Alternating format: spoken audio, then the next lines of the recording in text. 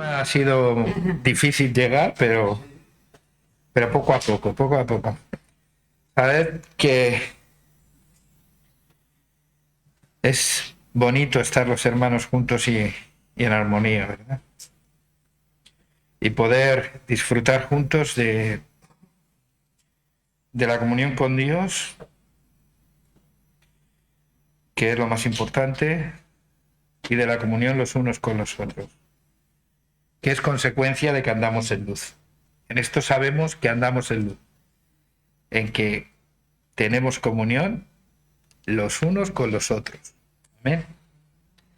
Bueno, no sé cuándo terminaré, pero seguimos con el tema de evangelizar. Y el último domingo estuvimos hablando acerca de conectar el evangelio con nuestro cada día, ¿no? Y bueno, vimos, entre otras cosas, yo estoy aprendiendo a que evangelizar tiene más que ver con lo que soy que con lo que hago. Es más, lo que hago es una consecuencia de lo que soy, simplemente. La naturaleza, el fruto, lo determina la naturaleza del árbol, ¿verdad? Y recordar las palabras de Jesús: por sus frutos se conoce el árbol. No se puede esperar manzanas de otro árbol que no sea un manzano. Y también Jesús dijo respecto a esto, recordar que el árbol bueno no puede dar malos frutos. O sea, fíjate tú, cuando la condición es buena, y es buena en la medida que está alineada con Dios, el árbol da fruto bueno. Es una consecuencia. Entonces, me doy cuenta que muchas veces trabajamos mucho en la cultura del hacer, quizá porque tiene más reconocimientos, más satisfacciones, en la medida de que hacemos aquello que debemos de hacer, nos sentimos bien porque hemos hecho aquello que debíamos de hacer. Ejerce cierto efecto placebo en nosotros que a veces es muy narcótico, en el sentido de que nos confunde, porque el problema está en lo que somos, siempre estuvo ahí. Y el camino tiene que ver con eso, con lo que somos. Conectar nuestra vida, conectar el Evangelio con nuestro día a día es fundamental. Y esa forma parte no solamente de ese acompañamiento en el que Jesús dijo: yo estaré con vosotros cada día. Y eso implica que Jesús es un Dios personal, al máximo. O sea, cuando hablamos de personal, a la máxima expresión, se implica en nuestra vida. Hasta tal punto de que Jesús es el Dios que se hizo hombre, que para acompañarnos participó de carne y de sangre como sus hermanos, dice la Escritura, como nosotros. Y participó de toda aquella tentación, pero sin pecado. Así que es evidente que nuestra vida tiene que estar conectada a nuestro día a día, al Evangelio. Si no, pues todo es más difícil y más artificial. Va a depender de momentos, de liderazgos, con los cuales yo me manifiesto absolutamente. Como mínimo me pongo de perfil, ¿vale? Para no causar un estrago a nadie. Porque yo creo que Dios nos llamó a ser, el único liderazgo es el de la Iglesia como comunidad. La alternativa está en la Iglesia, que es el cuerpo de Cristo. Mira que yo soy grande, ¿no? Pues no soy el cuerpo de Cristo yo solo. Lo siento. Y son 110 kilos, que es un pedazo de cuerpo. Sin embargo, yo solo no soy el cuerpo de Cristo. El cuerpo de Cristo es la suma de creyentes. Por tanto, no podemos hacer que la Iglesia dependa de unos pocos y los demás no comparecer nunca, solo para escuchar. Pues no, la Iglesia somos todos, y es el ministerio de la Iglesia en el que todos tomamos sentido en cuanto a nuestros dones y talentos. Y hoy quiero comentaros acerca de conectar nuestra vida, conectar el Evangelio con nuestras ciudades, con nuestros barrios, con nuestras comunidades. Y el domingo pasado pasamos un poquito por encima del pasaje que quiero leeros hoy, que lo encontramos en el Antiguo Testamento. Vamos a ver el Evangelio en el Antiguo Testamento. A algunos les gusta el Antiguo Testamento porque les gusta ser Moisés, ¿sabes? y protagonizar. Fijaros, a mí una de las cosas que para mí creo que más escandaliza del Evangelio es precisamente que Dios me salva a pesar de mí. Y que cuando uno se cree suficientemente bueno y suficientemente justo es cuando más perdido está. Y cuanto más peligroso es, porque cae en un fundamentalismo excluyente. Entonces, es verdad que el Evangelio en ese sentido ofende mucho al que se cree bueno, santo y justo. Sin embargo, aquellos que nos reconocemos pecadores, es una gran noticia, es una buena noticia. Vamos a leer Jeremías 29, 1 al 11. Dice, este es el texto de la carta que el profeta Jeremías envió desde Jerusalén a los desterrados, a los ancianos, sacerdotes y profetas y a toda la gente que Nabucodonosor había deportado de Jerusalén a Babilonia. El hecho tuvo lugar después de que el rey Jeconías partiese de Jerusalén con la reina madre, los eunucos y los dignatarios de Judá y de Jerusalén, así como con los gremios de artesanos y trabajadores del metal. Esto suena muy sindicalista, ¿no? Es la versión de la palabra, ¿vale? ¿Cuál qué? He dicho Jeremías capítulo 29, versículos del 1 al 11. No, lo he dicho, ¿no? Lo he dicho además a lo mejor un poco deprisa, ¿no? Jeremías, profeta Jeremías, capítulo 29, versículos del 1 al 11. Ambos, inclusive. No pasa nada, ¿eh? No, estamos en un ambiente familiar. Envió a Nabucodonosor, rey de Babilonia, por medio de Lasá, hijo de Safán, y de Gemarías, hijo de Gelcías, mensajeros de Sedecías, rey de Judá. Y decía así la carta de Jeremías a los expatriados. Así dice el Señor del universo, Dios de Israel, a toda la gente deportada de Jerusalén. Esperad que me he ido un poco de Jerusalén a Babilonia. Construid casas e instalaos en ellas. Qué poco espiritual es esto, ¿verdad?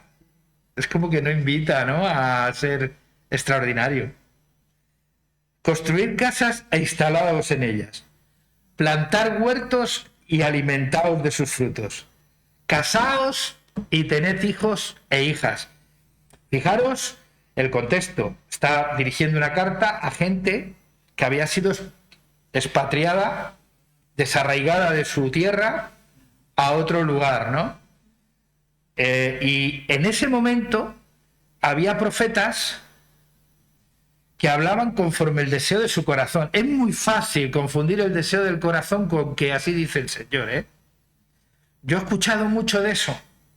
Y por eso, por miedo a eso, evito muchas cosas y quiero ser prudente. Pero esos profetas hablaban del deseo de su corazón, que querían un retorno inmediato. Y decían, no echéis raíces aquí, no os acomodéis, porque Jehová el Señor pronto nos devolverá a la tierra que Él nos dio. Suena bonito, ¿eh? ¿Sí o no? Si tú le dices eso a alguien que ha sido desarraigado, lo más normal es que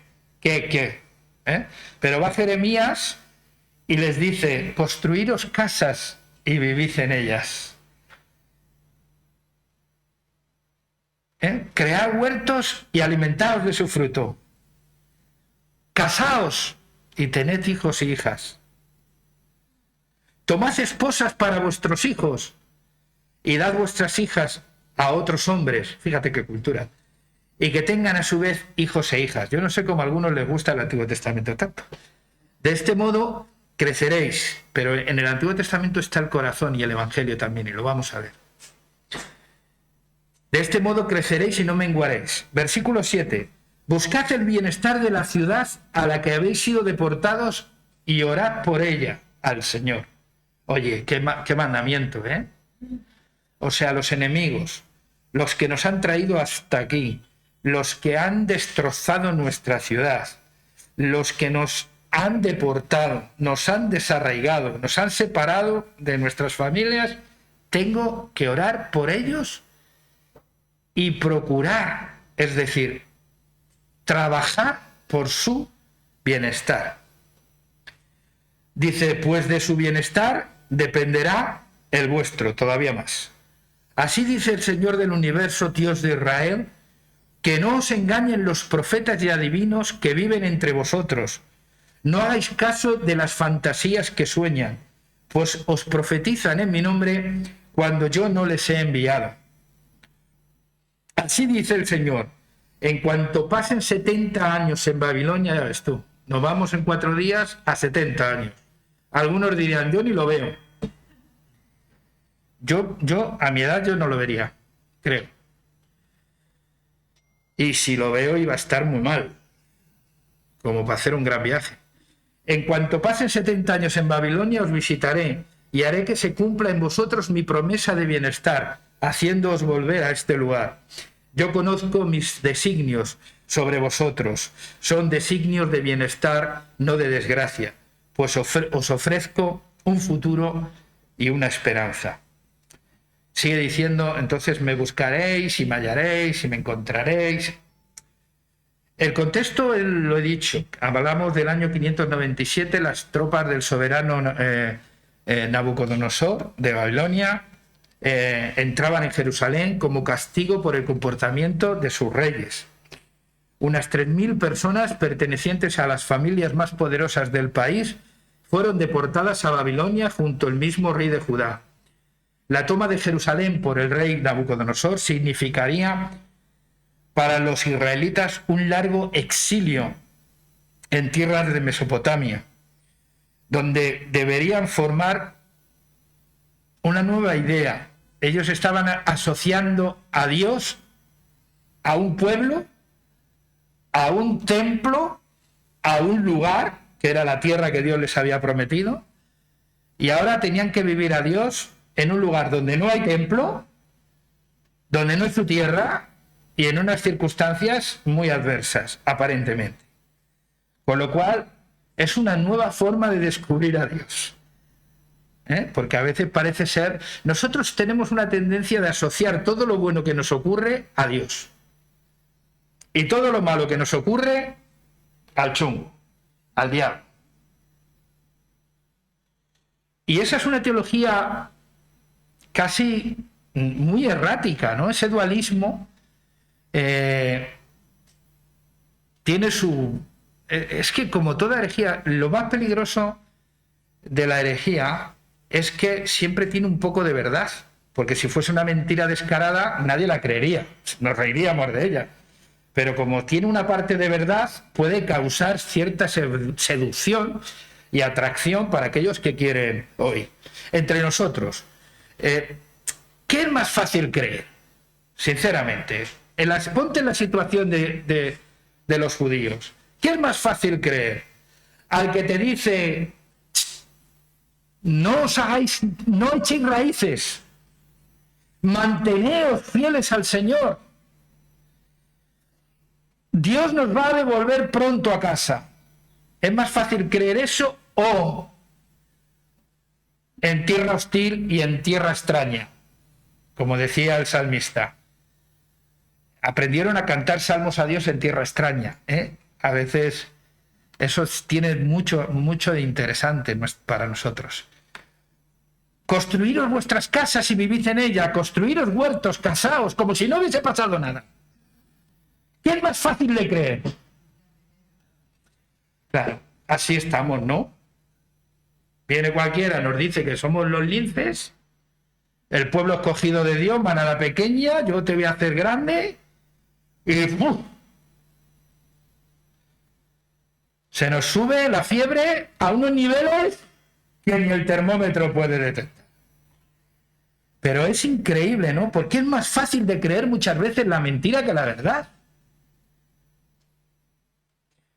Los judíos habían sido deportados. No se sentían miembros de la comunidad en la que estaban. Habían sido llevados a la fuerza. Eran exiliados en un territorio hostil. Encima, con los falsos profetas hablando de ensoñaciones. Y ahora llega Jeremías y dice, oye, tomároslo con calma, va para 70 años. ¿Qué es más fácil? Y tenéis que hacer dos cosas. Comportaos con normalidad en tierra hostil, es decir, haced como hace todo el mundo, construir casas, vivís en ellas, haced huertos, alimentaos de ellos, casaos, normalidad, entre comillas.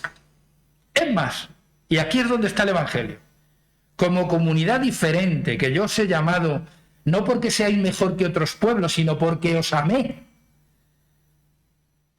Y os he constituido como luz a las naciones, os voy a dar la oportunidad de ser luz en Babilonia. Buscad el bienestar de la ciudad donde habéis sido expatriados, donde habéis sido llevados. Orad por ella, porque además vosotros queréis estar bien, ¿no? Sí, claro, por supuesto. Pues de vuestro bienestar dependerá de su bienestar. Eso es el Evangelio puro y duro, ¿eh? Oísteis que fue dicho, amad a vuestros amigos y odiad a vuestros adversarios. ¿Os acordáis, no? Del Sermón del Monte.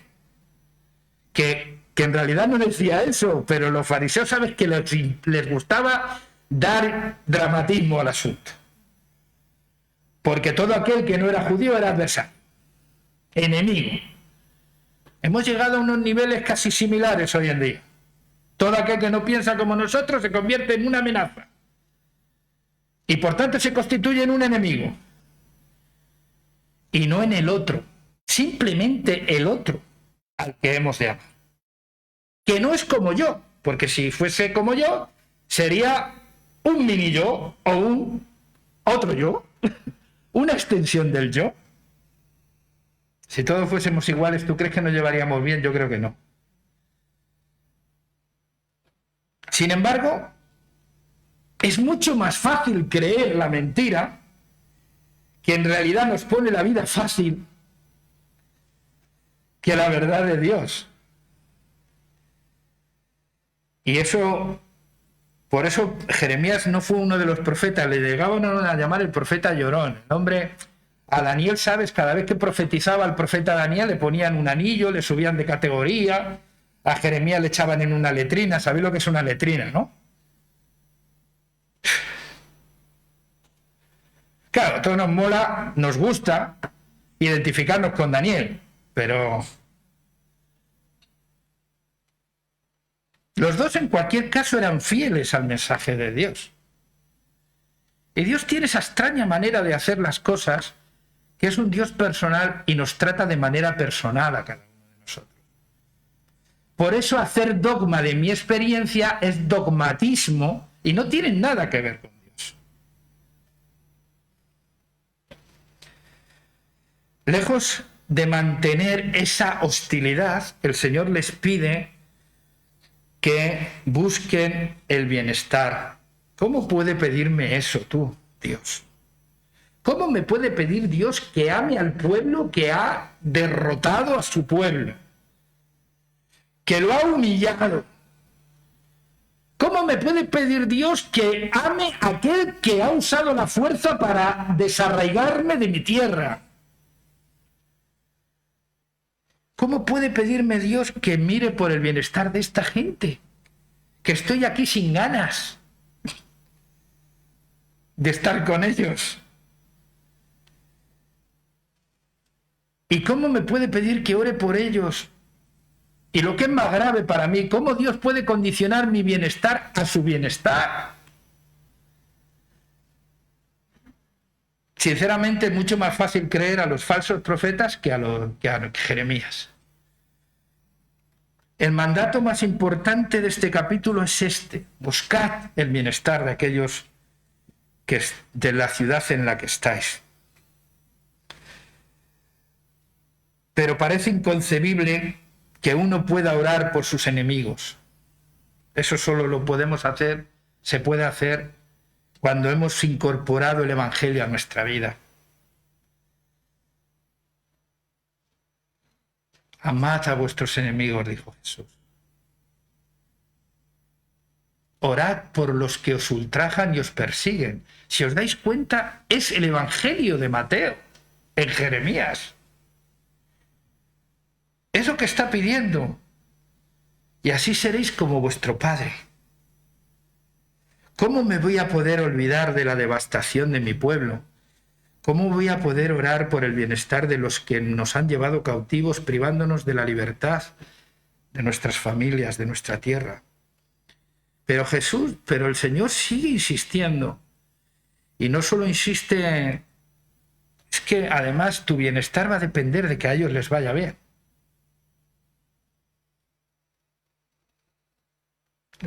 Es revolucionario esta idea en el Antiguo Testamento.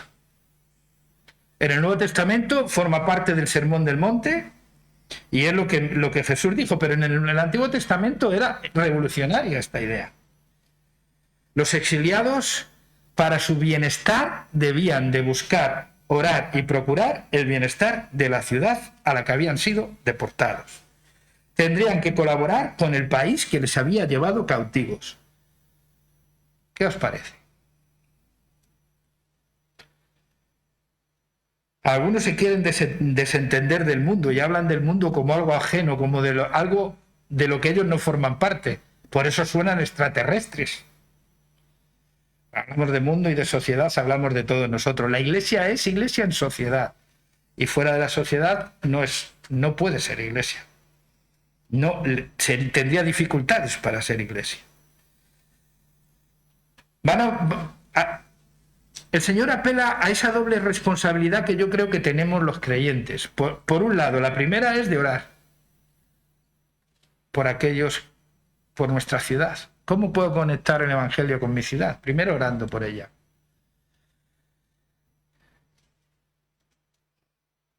Primera de Timoteo capítulo 2, versículos del 1 al 8 dice: exhorto ante todo, fíjate tú, ante todo, a que se hagan rogativas, oraciones, peticiones y acciones de gracias por todos los hombres, por los reyes y por todos los que están en eminencia, para que vivamos quieta y reposadamente en toda piedad y honestidad. Hace falta orar mucho, por Putin y compañía, Si queremos que todo el mundo viva en quietud y en piedad y honestidad y en paz, hay que orar por aquellos que toman decisiones que afectan a todos. ¿Y por qué hay que orar por eso? Porque esto es bueno y agradable delante de Dios, versículo 3. El cual quiere que todos los hombres sean salvos. Yo no sé tú, pero Dios está empeñado en que todo el mundo sea salvo. A algunos les gusta decir que solo son salvos ellos y los que ellos dicen. No tienen esa categoría, ¿no? Se dan carnet del cielo. Yo no, ni del cielo ni del otro lado tampoco. Por tanto, sí sé que Dios quiere que todos los hombres se salven, y las mujeres, toda la humanidad, y que todos vengan al conocimiento de la verdad, como sigue diciendo el texto bíblico. ¿Por qué? Porque solo hay un Dios y un mediador entre Dios y los hombres, Jesucristo hombre, el cual se dio a sí mismo en rescate por todos, de lo cual se dio testimonio a su debido tiempo. Y para esto yo fui constituido predicador y apóstol.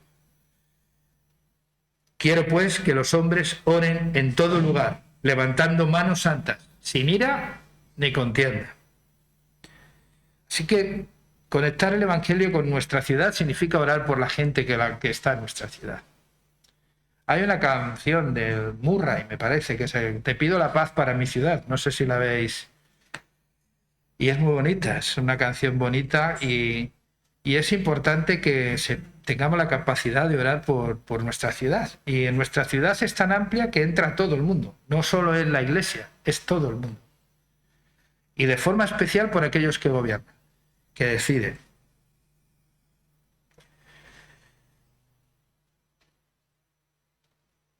Y hay una segunda responsabilidad. No solamente les dijo orad por la ciudad, sino trabajar por su bienestar. Procurar el bienestar de la ciudad. Es casi lo mismo que Jesús dijo a sus discípulos cuando dijo: procurad que vuestra luz brille delante de la gente para que viendo el bien que vosotros hacéis, todos alaben y glorifiquen a vuestro Padre que está en los cielos. Si nos esforzamos por el bien de los demás, nos irá bien a todos, ¿sí o no? Es lo que dice la Biblia en este pasaje que hemos leído. O trabajar por su bienestar y orar por su bienestar, porque de su bienestar depende vuestro bienestar. Haz el bien y te irá bien. Es un buen eslogan, ¿no? Es lo que viene a decir también. Procura el bien colectivo por encima del bien tuyo. Está bien. Hemos podido llegar a pensar, y esto lo hemos pensado con facilidad, que los creyentes tenemos ventaja sobre el resto de la humanidad por haber creído. Y como que nos tiene que ir bien. Y si no nos va bien, ¿qué pasa? ¿Dios ha dejado de ser Dios? Hemos podido llegar a pensar esto y a procurar que nos vaya bien a los que consideramos el pueblo de Dios. Porque pensamos que si nos va bien al pueblo de Dios, le irá bien a la sociedad en su conjunto. Y Dios será la muestra que Dios tiene de manifestar que somos su pueblo. Así nace una teología que ha hecho mucho daño. Pero lo que plantea el profeta y el evangelio es todo lo contrario. Es un cambio de paradigma. Es al revés. Si les va bien a ellos, te irá bien a ti. Anteponiendo el interés de los demás, el bien de los demás, sobre el tuyo propio. Centrarnos en nosotros mismos es egoísta. O sea, esto es egoísta. O sea, recurrir a Dios solo para hablarle de mí, Dios tiene que estar hasta las narices de mí. Porque me conoce y sabe. ¿Y qué pasa? ¿Que no hay más que yo? Hacemos eso porque pensamos que si me va bien a mí, es porque Dios me ama y existe. Y si no te va bien, ¿qué pasa? ¿Dios ha dejado de existir? ¿Dios ha dejado de amarte? Entonces, ¿por qué ser tan egoístas de pensar que nos tenemos que centrar en que nos vaya bien a la iglesia? No, le tiene que ir bien al mundo, a la gente, a la sociedad. Y nosotros que somos parte de ella, si les va bien a ellos, nos irá bien a nosotros.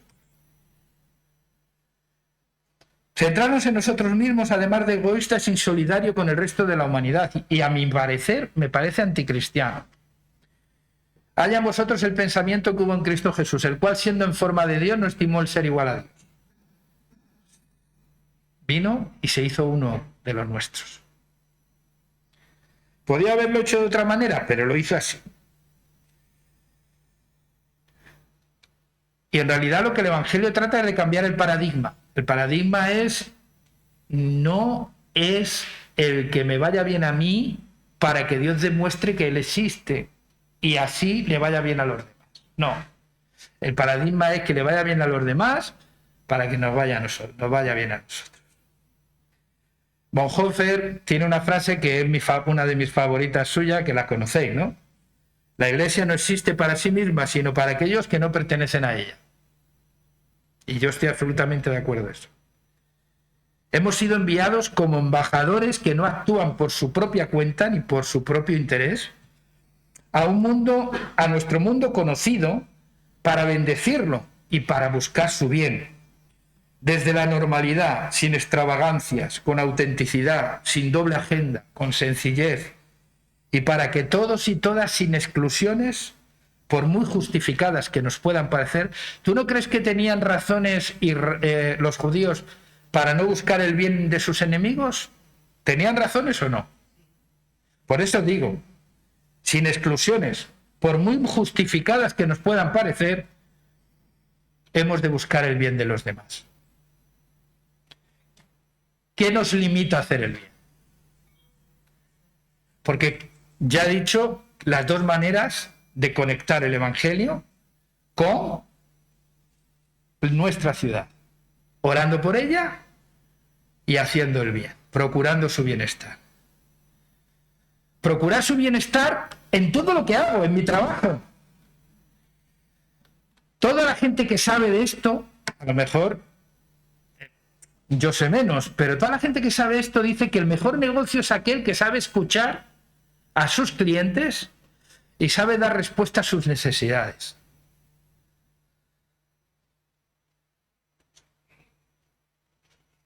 Con lo cual, eso se puede extrapolar, ¿no? Que el mejor ministro del Señor es aquel que sabe escuchar a los demás y dar respuesta a sus necesidades. Incluso con mi trabajo, que le llamamos secular, yo estoy en contra de eso, porque la Biblia no habla de vida sagrada y vida secular, y solo es sagrado aquello que hago en la iglesia para la iglesia, y no hay división. Él quiere toda mi vida. Y sabéis, yo he llegado a pensar últimamente, yo siempre creí que tenía que darle una vida santa al Señor. Hasta que un día dije, pedazo de soberbio, ¿no? Que yo me creo que puedo darle una vida santa a Dios, cuando lo único que me pide es mi vida ordinaria. Porque Él es el que la va a santificar. Porque Él es nuestra santificación. ¿Qué capacidad tengo yo para santificarme a mí mismo? ¿Ves? Eso viene de una cultura del hacer y no del ser. Entonces, estamos hablando de que hay cosas que nos limitan a la hora de hacer el bien. Y fíjate, me daba cuenta de hay unos textos que me han venido así esta mañana muy temprano y los he apuntado. Digo, algo querrán decir. Y con vosotros los quiero compartir. ¿Qué límites puedo encontrar a la hora de hacer el bien? Marcos capítulo 3, versículo 4, ¿os acordáis de la experiencia del hombre de la mano seca? Era un día de reposo. ¿Dónde estuvo el problema para hacer el bien? En la mente de los fariseos. En la tradición del día de reposo. ¿Pero acaso el día de reposo era malo en sí mismo? No. Pero había algo por encima del día de reposo. Y es el ser humano. El día de reposo el ser humano no fue creado para el día de reposo, sino el día de reposo fue creado para el ser humano. ¿Os dais cuenta? ¿Y en qué sentido? Y Jesús dice, ¿qué es lo que se me permite el sábado? ¿Hacer el bien o hacer el mal? ¿Salvar una vida o destruirla? ¡Qué fantástico, Jesús! ¡Qué fantástico! Lo que está diciendo aquí, yo soy judío, sé lo que es el sábado para el judío. Yo determiné lo que iba a ser el sábado. Pero por encima del sábado está este hombre con su mano seca. Y por encima del sábado está el hacerle el bien y el darle la vida. ¿Os dais cuenta que hay cosas que pueden parecer buenas, como es la moralidad, ¿verdad? Esa tradición de normas, pero que pueden convertirse en un límite para hacer el bien a aquella persona que lo necesita? He querido empezar por porque para mí es grave, porque muchas veces nos limitamos, no queremos hacer el bien por dogmatismos. Decimos que es por defender la sana doctrina. Bueno, es un poco por defendernos a nosotros mismos, ¿vale? Y lo que creemos, porque si no se nos cae la casa encima. Pero, como dijo Jesús, el sábado fue dado para el hombre o el hombre fue creado para el sábado, para cumplir el sábado?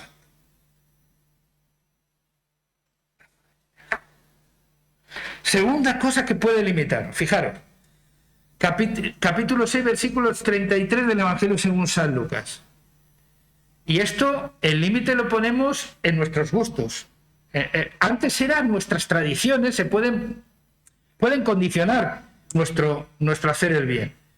Ahora está en nuestros gustos. Dice, y si solamente os portáis bien con quienes se portan bien con vosotros, ¿qué mérito tenéis?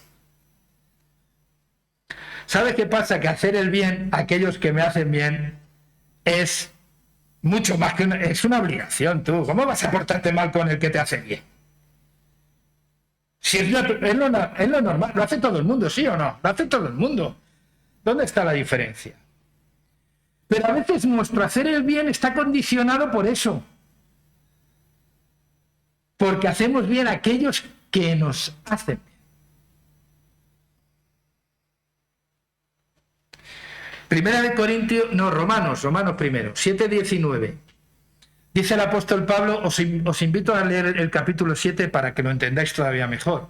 Pero dice, quisiera hacer el bien que deseo, y sin embargo hago el mal que detesto. El apóstol Pablo decía, mira, yo sé que en mí no está el bien porque soy pecador. Y yo sé que quiero hacer el bien, pero cuando quiero hacer el bien, se levanta una ley en mis miembros que me lleva a hacer el mal que no quiero. ¿Tú has vivido esa experiencia? Yo sí. Se llama decepción de uno mismo. Generalmente la queremos resolver proyectando el problema sobre los demás. Y por eso nos gusta tanto hablar de los defectos de otros, porque ocultan nuestros defectos o los hacen menores. Por eso decía el apóstol Pablo, ¿qué es lo que me impide hacer el bien? Que deseo mi propia naturaleza humana, el pecado. El pecado entendido como la forma del egoísmo humano. El seréis como Dios, ¿no? Esa tentación que nos hizo perder la cabeza en el principio. Primera de Corintios 10:24 dice que nadie busque su propio interés sino el del prójimo. En Reina Valera dice su propio bien. ¿Qué nos puede...? Esto es un poquito más de lo mismo de antes, ¿no? ¿Qué nos condiciona a la hora de hacer el bien? Pues a veces nuestra condición, nuestra situación, que miramos sacar beneficios siempre en todo lo que hacemos, como que nos cuesta muchísimo no tomar ventaja. Gálatas capítulo 6 versos 9 y 10 dice, no nos cansemos de hacer el bien, ya que si no desfallecemos, a su tiempo recogeremos la cosecha. En una palabra, aprovechemos cualquier oportunidad para hacer el bien a todos y especialmente a los de la fe. Esto es una exhortación a hacer el bien a todo el mundo. Y a veces el cansancio es un límite, es una limitación para hacer el bien. Nos cansamos de hacer el bien. Y nos cansamos de hacer el bien porque en el fondo somos muy presa de lo que llamamos la productividad, el resultado. Hacemos el bien a alguien y cuando vemos que él no responde como nosotros queremos que responda por el bien que le hacemos, nos lavamos las manos y los pies y que se busque la vida. En la cultura del resultado para mí es lo más cancerígeno que ha podido entrar en la Iglesia, porque bebe de una cultura del éxito y porque se basa en algo tan excluyente como el mérito. Y es peligrosísimo, y eso ha entrado en la Iglesia. Ahora lo que importa es el número de seguidores que tienes, el número de miembros que tienes en una iglesia. No es importante la calidad de esos miembros, es decir, que amen al Señor y que busquen al Señor y que el hacer la voluntad de Dios esté por encima, no. Lo que importa es que seamos muchos. Yo no sé si eso fue así, porque Jesús cuando le seguía mucha gente se volvió y dijo, vosotros si os queréis ir podéis iros también. O sea, Jesús era antirresultados, porque es ilógica su comportamiento en muchos momentos de su vida. El cansancio al no ver resultados, nos puede llevar a condicionar nuestro hacer el bien. Y nos puede llevar a no ver las oportunidades que se nos presentan en la vida para hacer el bien, y especialmente a los de la familia de la fe.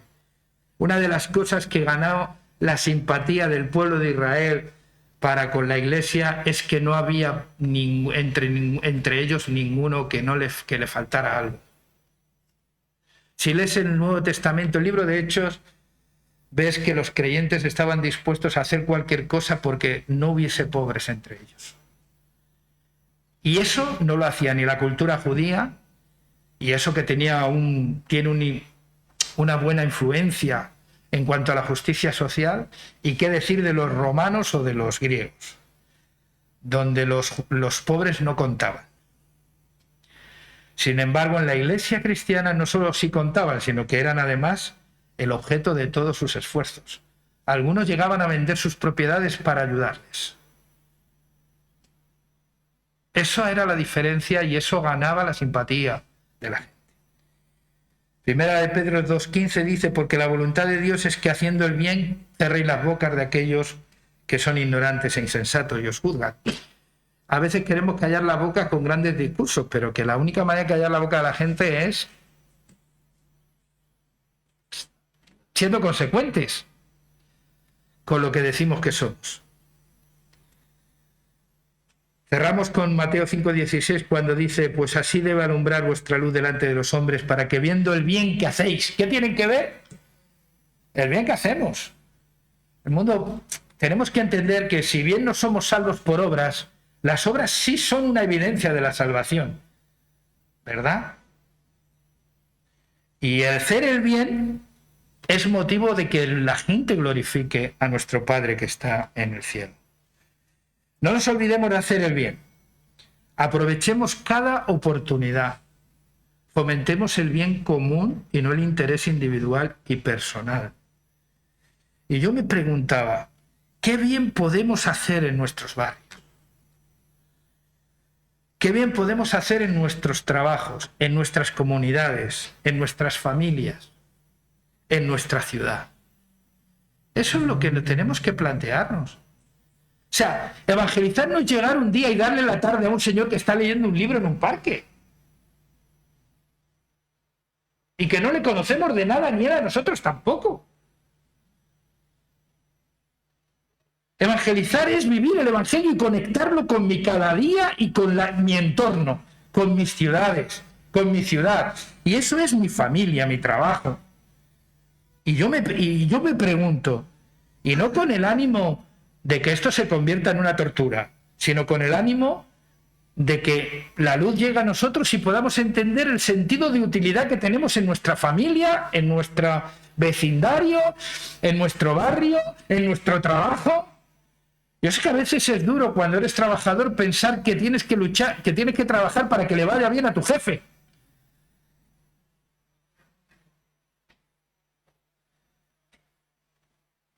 Es muy duro. Pero es la manera de ser cristiano. Evidentemente eso no quita la lucha por la justicia. Por supuesto. Pero la lucha por la justicia no puede ser la excusa para no hacer nada. ¿Qué podemos hacer para hacer el bien? Y yo me pregunto, como iglesia, ¿qué podemos hacer para que la iglesia sea un instrumento para hacer el bien por pura gracia? ¿Sabéis lo que es pura gracia? Pues que es gratuitamente y para todo el mundo, sin exclusión. Yo me atrevería a decir muchas cosas, pero es que no quiero ser malinterpretado. Y me da mucho miedo que la gente aproveche para... Pero a veces luchamos por derechos a ser escuchados, a no ser discriminados, ¿verdad? ¿A que sí? Y luego vemos cómo a un homosexual, por ser homosexual, le dan una paliza en la calle.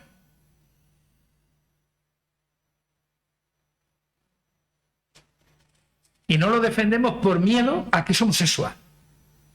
Y yo estoy en contra de eso. Vamos a ver, ¿estamos a favor de la no discriminación? ¿Sí o sí? ¿O solo aparecemos cuando hay que discriminar realmente al que es distinto a nosotros? Sé que a veces hay que arriesgar y decir estas cosas, pero es que sinceramente a mí me hace mucho daño ver cómo camuflamos el racismo, la xenofobia, la homofobia, las desigualdades y la injusticia, y decimos, no, la Iglesia no tiene nada que ver con él. ¿Cómo que no tiene nada que ver con eso? Hay que hacer el bien sin mirar a quién dice alguien. Porque cuando la gente vea nuestras buenas obras, ¿a quién glorifica? ¿Sabéis una cosa? Jesús sacrificó su reputación y era Dios. Porque ¿con quién se decía que se relacionaba? Con prostitutas, con publicanos, con leprosos. Pero bueno, ¿qué es esto? ¿Cómo puede ser Dios así? Tú imagínate los religiosos de entonces que adoraban a un Dios 3 veces santo y que les daba miedo pronunciar su nombre, que ahora ese Dios se hace hombre y mira dónde va. ¿Y con quién se junta? ¿Y con quién se juntaría Jesús hoy si viniese a la tierra? ¿Contigo, conmigo o con otros? ¿Y por qué nosotros tenemos tanto miedo a que nuestra reputación se vea afectada? Por luchar por algo tan evidente como es la no discriminación, por ejemplo. ¿Qué bien podemos hacer en nuestras ciudades? ¿Qué bien podemos hacer en nuestros barrios? ¿Qué bien podemos hacer en nuestros trabajos para que viendo el bien que hacemos, la gente glorifique a nuestro Padre que está en los cielos? Amén. Pensemos en eso. ¿Cómo podemos conectar el Evangelio con nuestra ciudad, con nuestro barrio, con nuestras comunidades, con nuestro trabajo? Orando por ello y haciendo el bien. Amén. Vamos a orar.